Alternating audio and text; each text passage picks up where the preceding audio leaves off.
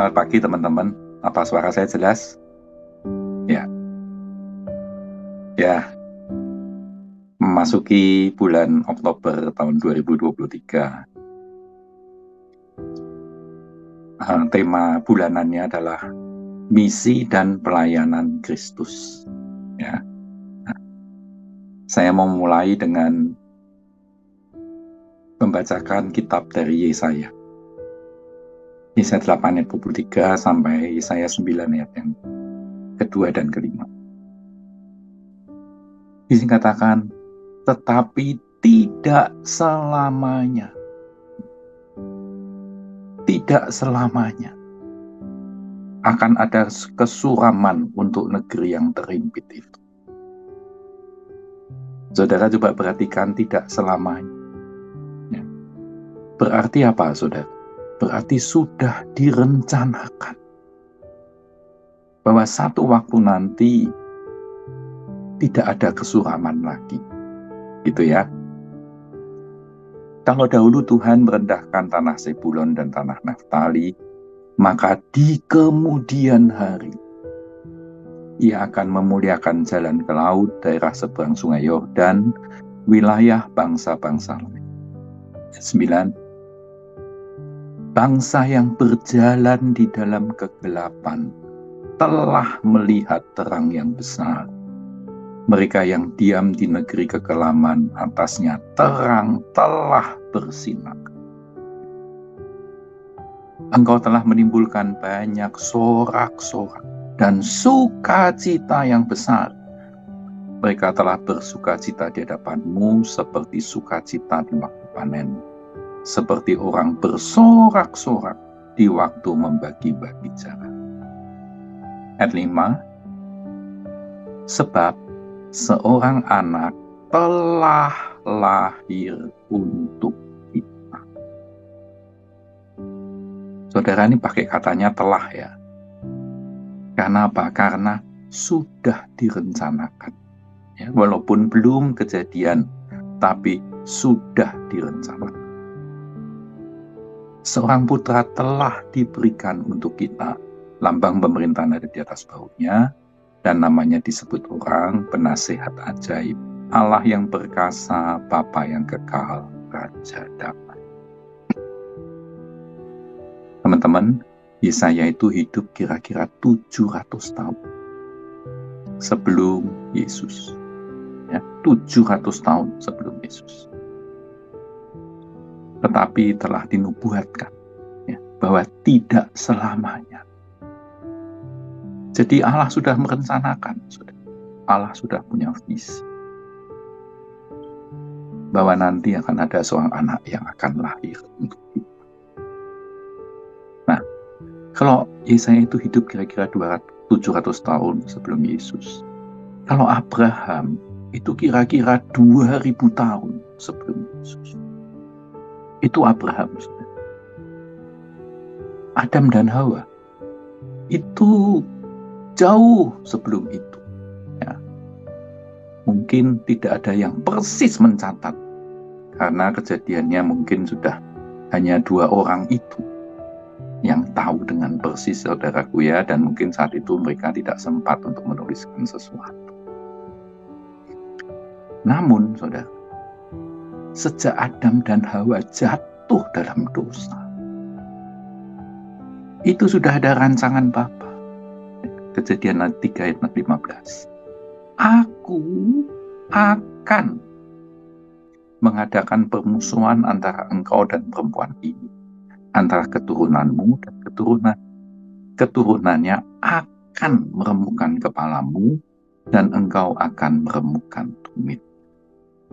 Saudaraku, jadi kalau kita lihat, pelajari ayat-ayat ini ya, pada waktu zaman Adam dan Hawa jatuh, itu Tuhan sudah punya visi. Aku akan. Ya. Nah, zaman Yesaya, itu Tuhan sudah lebih menetapkan lagi. Tidak selamanya kan seperti itu. Dan telah, ya, pakai kata-katanya telah, dia sudah merancang sesuatu. Jadi ini adalah visi dari Bapa. sejak dulu kala untuk merestorasi dan mengembalikan supaya ciptaannya, yaitu saudara dan saya, bisa kembali kepada rancangan kekal Allah. Maka Allah merencanakan untuk menebus kembali umatnya itu menjadi milik. Sehingga apa, saudara? Sehingga Yesus hadir di dunia ini dengan misi untuk menerangi dan menyelamatkan manusia. Ya, coba kita lihat pelan-pelan di dalam kitab Perjanjian Baru tentang kelahirannya. Lukas 2 ayat 9-15. Tiba-tiba berdirilah seorang malaikat Tuhan di dekat mereka, dan kemuliaan Tuhan bersinar meliputi mereka, dan mereka sangat ketakutan. Lalu kata malaikat itu kepada mereka, "Jangan takut, sebab sesungguhnya aku memberitakan kepadamu kesukaan besar untuk seluruh bangsa. Hari ini telah lahir bagimu juru selamat, yaitu Kristus Tuhan di kota Daud. Dan inilah tandanya bagimu. Kamu akan menjumpai seorang bayi dibungkus dengan lampin dan terbaring di dalam palungan. Dan tiba-tiba tampaklah bersama-sama dengan malaikat itu jumlah besar bala tentara surga yang memuji Allah, katanya. Kemuliaan bagi Allah tempat. Dan damai sejahtera di bumi di antara manusia yang berkenan kepadanya." Saudara, dan di Lukas ini benar-benar akhirnya itu digenapi. Ya. Hari ini telah lahir bagimu juru selamat. Matius 2 ayat 1 ayat 2. Sudah Yesus dilahirkan di Bethlehem di tanah Yudea pada zaman Raja Herodes. Datanglah orang-orang Majus dari timur ke Yerusalem dan bertanya-tanya, "Di manakah dia, Raja orang Yahudi yang telah dilahirkan itu? Kami telah melihat bintangnya di timur dan kami datang untuk menyembah dia." Setelah mendengar kata-kata raja itu, berangkatlah mereka dan lihatlah, bintang yang mereka lihat di timur itu mendahului mereka sehingga tiba dan berhenti di atas tempat di mana anak itu berada. Ketika mereka melihat bintang itu, sangat bersukacitalah mereka. Saudara, jadi misi Yesus pada waktu kelahirannya ini kita lihat yang pertama, saudara, dia itu membawa terang. Membawa terang. Gembala-gembala di padang tiba-tiba melihat terang yang besar, seakan langit itu terbuka. Malaikat dan segenap bala tentara surga hadir menerangi kegelapan malam. Ya, kalau di Yesaya tadi dikatakan, tidak selamanya kita akan dinaungi dengan kegelapan. Maka pada saat kelahirannya benar-benar itu dinyatakan. Memberitahukan kelahiran Yesus yang telah dinubuatkan sejak ribuan tahun sebelum. Sehingga orang Majus yang dari jauh datang menghadap karena mereka melihat terang itu. Melihat bintang yang hadir pada saat kelahiran. Nah, pada saat hidupnya, saudara, Yesus berkata, "Akulah terang dunia." Dan dia bukan cuma berkata, tetapi dia bagikan terang itu. Yohanes 8 ayat 12. Maka Yesus berkata pula kepada orang banyak, katanya, "Akulah terang. Barang siapa mengikut aku, ia tidak akan berjalan dalam kegelapan, melainkan ia mempunyai terang." Saudara, jadi misi Yesus yang pertama itu membawa terang. Nanti kita akan uraikan lebih lanjut. Menerangi. Bukan hanya menerangi kegelapan malam, tapi menerangi hati kita. Ya, oke, itu yang pertama ya. Yesus hadir membawa terang, dan itu benar-benar menggenapi apa yang telah dikatakan apa yang telah dinubuatkan melalui kitab Yesaya, perjanjian lama itu. Ya. Yang kedua, saudara, yang misinya adalah menjadi juru selamat.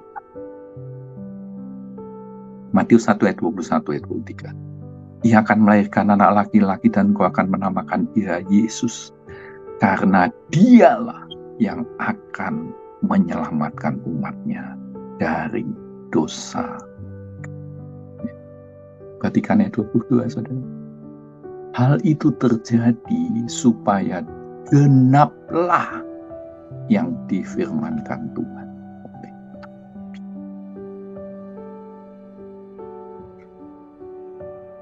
Sesungguhnya anak darah itu akan mengandung dan melahirkan seorang anak laki-laki, dan mereka akan menamakan dia Immanuel, yang berarti Allah menyertai kita.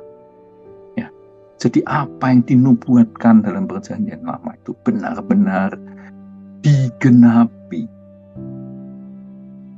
Sehingga dikatakan di sini malaikat berkata, sesungguhnya anak darah itu akan mengandung dan melahirkan seorang laki-laki, dan mereka akan menamakan dia Immanuel, yang berarti Allah menyertai.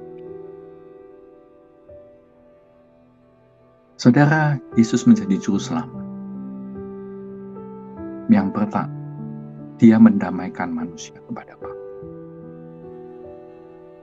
Setelah Yesus menggenapi dengan mati di kayu salib. Setelah Yesus mati di kayu salib, saudara, itu tabir bait suci terbelah dulu dari atas sampai bawah. Dan kemudian nubuatan yang tertulis, penasihat yang ajaib, Allah yang perkasa, Bapa yang kekal, Raja damai, itu semuanya digenapi. Bahkan juga yang Kejadian 3 ayat 15 tadi, meremukkan kepala iblis, saudara, itu digenapi oleh Yesus. Sekalipun harus dibayar dengan kakinya Yesus sendiri yang dipaku di kayu salib, sehingga genaplah apa yang dikatakan di Kejadian 3 tadi. Keturunannya akan meremukkan kepalamu, yaitu Yesus meremukkan kepala iblis, dan engkau akan meremukkan tumit. Tumit Yesus terpaksa dipakukan di kayu salib untuk menebus saudara dan saya. Dan kemudian di dalam pelayanannya Yesus, ya, pelayanannya, saudara, pelayanan yang pertama kita tahu, dia membuat mukjizat air menjadi anggur di kayu saat ada perkawinan. Jadi saudara, pelayanan yang pertama adalah di dalam keluarga. Dia melayani setiap keluarga. Kita semua sudah tua, saudara. Semua keluarga perlu dilayani oleh Yesus. Tidak ada yang tidak. Mungkin keluarga kita tidak ada masalah dengan keuangan, tapi tetap aja nanti ada masalah. Apa mungkin dengan anak-anak, atau mungkin dengan orang lain, dengan saudara. Pokoknya banyak sekali lah, saudara. Jadi pelayanan yang pertama, dia ada masuk di dalam keluarga. Jadi kalau keluarga kita ada pergumulan segala macam, kita tetap yakin Yesus hadir untuk juga masuk di dalam melayani dalam keluarga kita. Yang kedua, dia menerangi, tadi saya katakan. Pelayanannya dia juga menerangi mata dan hati daripada orang-orang. Kita ingat Bartimius, dari buta matanya langsung bisa melihat secara fisik. Tapi juga ada seorang yang bernama Saulus. Hatinya dulunya yang buta, tapi kemudian menjadi Paulus, diterangi hatinya. Kemudian pelayanan yang lain, saudara, daripada Yesus, saya catat beberapa. Melepaskan dari mamon. Sakius itu dulu pemungut cukai, saudara. Dia menguti, dia punya kuasa untuk itu. Kemudian dia dilepaskan dari mamon. Dia bisa berkata, setengah dari hartaku akan kuberikan kepada orang-orang miskin. Dan orang-orang yang dulunya kuperas akan kukembalikan 4 kali lipat. Kemudian menyembuhkan dari berbagai penyakit. Wanita pendarahan secara fisik. Demikian juga orang yang dari Gerasa, jadi rasuki oleh kuasa kegelapan pun dibebaskan oleh Yesus. Kemudian membangkitkan orang mati, baik tubuhnya maupun rohnya, ya, sama. Lazarus tubuhnya mati, Saulus rohnya mati, kemudian dihidupkan oleh Tuhan. Kemudian mencari domba yang hilang atau yang tersesat, termasuk kita. Dulunya kita yang terhilang, tersesat. Mungkin nanti orang-orang lain, saudara kita yang dulunya hilang, tersesat. Tuhan tetap mencari domba yang hilang. Kemudian dia mengampuni wanita yang kedapatan berzina. Saudaraku, pelayanannya itu selalu menyelamatkan. Pada waktu itu, hukumannya wanita yang kedapatan berzina itu dirajam batu sampai mati. Tapi Yesus berkata, aku pun tidak menghukum engkau. Pergilah dan jangan berbuat dosa lagi mulai dari sekarang. Dia benar-benar menyelamatkan wanita. Dia juga menyelamatkan kita, saudara, dari banyak perkara kehidupan, bahkan dari dosa kita. Terakhir saya catat memenangkan pencobaan dari iblis. Waktu Yesus dicobai, to head dengan iblis. 1, 2, 3 ya kita semua tahu, tapi yang ketiga, saudara, iblis itu langsung to the point. Dia minta disembah. Tapi langsung di-counter dengan iman. Dengan firman yang justru kebalikan. Engkau yang harus menyembah Tuhan. Luar biasa. Nah, saudara, itu pelayanan yang sudah dilakukan Yesus. Tapi sekalipun Yesus sudah melakukan misinya, pertanyaan kita pada pagi hari ini, bagaimana dengan? Kenapa saudara saya bertanya begini? Karena saya teringat ada 2 murid dalam perjalanan ke Emmaus menjadi padam iman. Padahal Yesus itu berjalan bersama mereka, tetapi mereka tidak menyadarinya. Lukas 24.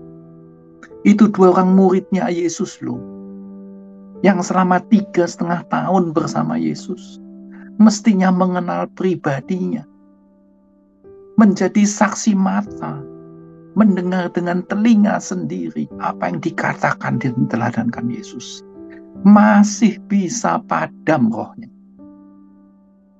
Rasanya semuanya menguap, tidak bersisa.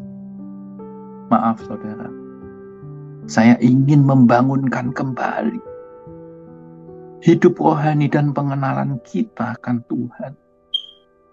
Apakah masih berkobar-kobar atau kita seperti 2 orang murid itu yang tetap tidak sadar, yang tidak bisa melihat Tuhan hadir bersama kita? Saya berharap teman-teman keluarga doa pagi ini, jangan sampai kita menjadi murid-murid yang padam. Saya ingetin lagi sesuatu yang sangat penting. Hanya beberapa saat sebelum Yesus naik ke surga. Matius 28:18 saya berkata begini.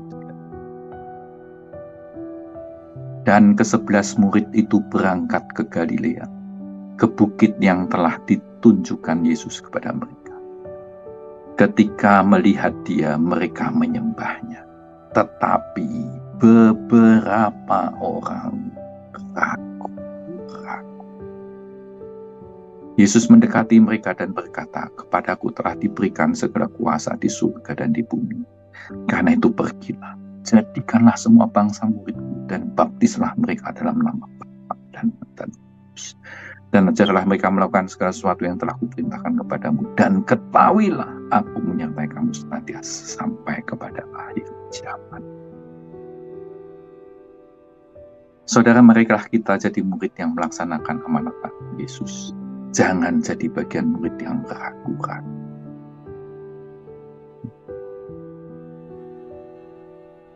Yesus sudah menyelesaikan misi dan pelayanannya. Sekarang bagian kita, saudara dan saya.